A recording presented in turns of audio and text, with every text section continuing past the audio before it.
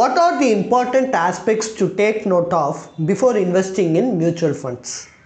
Financial expert Mr. Sandeep will explain this now. So before investing into a mutual fund, of course, you have to look at your investment objective. So for example, in the earlier question, we were talking about the goals.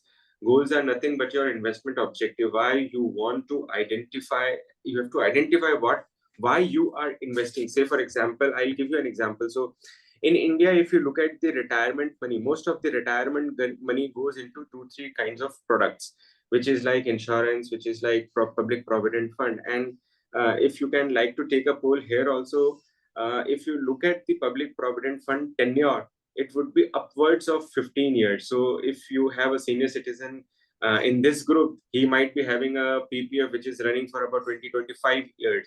So similarly in mutual funds, if you are able to give so much of time, you will be able to create wealth. So first thing is important is you have to identify the investment objective. If you are able to identify the investment objective, you are also able to identify your investment horizon, which is the time period to achieve that goal. Once you are able to identify that time duration, you can then identify which type of asset class you would be investing in. And before that, probably what you can also look at is the risk appetite of a person. So there could be two kind of persons. One who would be solely dependent on the corpus which is being generated for the retirement, and he has no support system.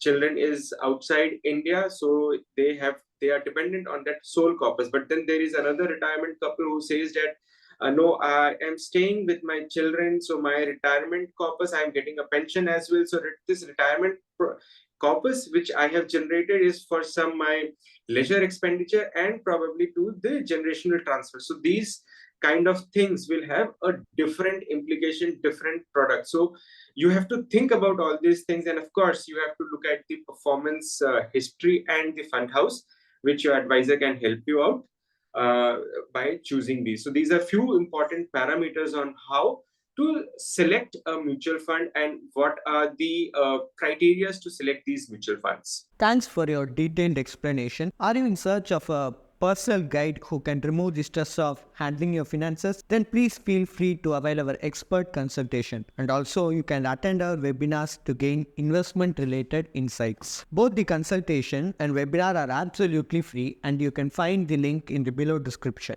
Please like and share, and do subscribe to Holistic Investment.